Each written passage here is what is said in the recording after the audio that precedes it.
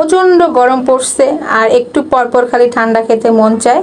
তো ঠান্ডা খাওয়ার জন্য আমি আজকে আইসক্রিমের রেসিপি নিয়ে চলে আসলাম।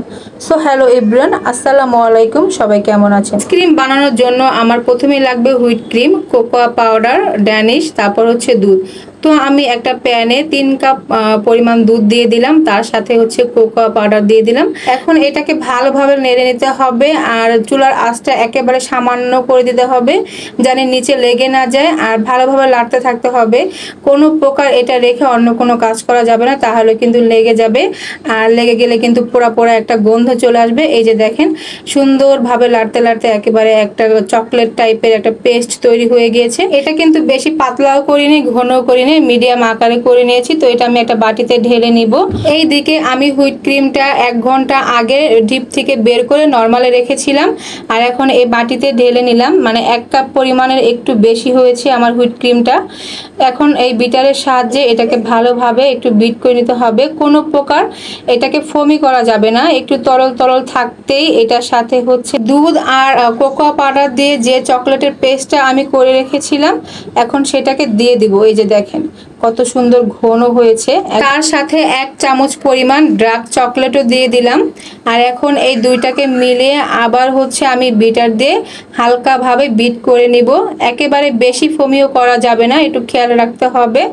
এখন হচ্ছে আমি ড্যানিশ দিয়ে দিব এইটার উপর দিয়ে, কারণ এখানে আমি কোনো প্রকার চিনি ব্যবহার করি নেই। এই ড্যানিশের সাহায্যেই মিষ্টি চলে আসবে। তো ড্যানিশটা দেওয়ার পরে কিন্তু আমি 2 মিনিটের মতন বিট করে নিলাম। এখন এই যে আমার পুরোপুরি আইসক্রিমটা রেডি হয়ে গিয়েছে। এখন আমি হচ্ছে বাটিতে পরিবেশন করে নিব। তো আমার ঘরে হচ্ছে আইসক্রিমের বাটি শেষ হয়ে গিয়েছিল, তো এইটাই কোনো রকম পেয়েছি। আমি কোনো প্রকার কাচের বাটিতে রাখবো না, কারণ আমার ঘরে ছোট বাচ্চা আছে, ও যখন তখন হচ্ছে ফ্রিজ থেকে বের করে খাবে, বাটি ভেঙে ফেলবে। পুরো আইসক্রিমটা বাটিতে নেওয়ার পরে আমি এর উপর দিয়ে চেরি ফল, কিশমিশ আর বাদাম দিয়ে দিলাম। তার সাথে হচ্ছে উপর দিয়ে আমি চকলেটও দিয়ে দিলাম। আসলে চকলেটটা দেওয়ার সময় অনেক কষ্ট হচ্ছিল, ভাবছিলাম পাইপিং ব্যাগে করে দিব, কিন্তু পাইপিং ব্যাগটা আর খুঁজে পাচ্ছিলাম না।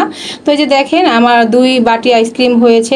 তো ছোট বাটিতে কিন্তু আমি আর চকলেট দেই নাই, কারণ দুইটা 2 রকম ভাবে রেখেছি। তো আমি এখন ডিপে রেখে দিব, কালকে বিকালে হচ্ছে বের করে খাবো।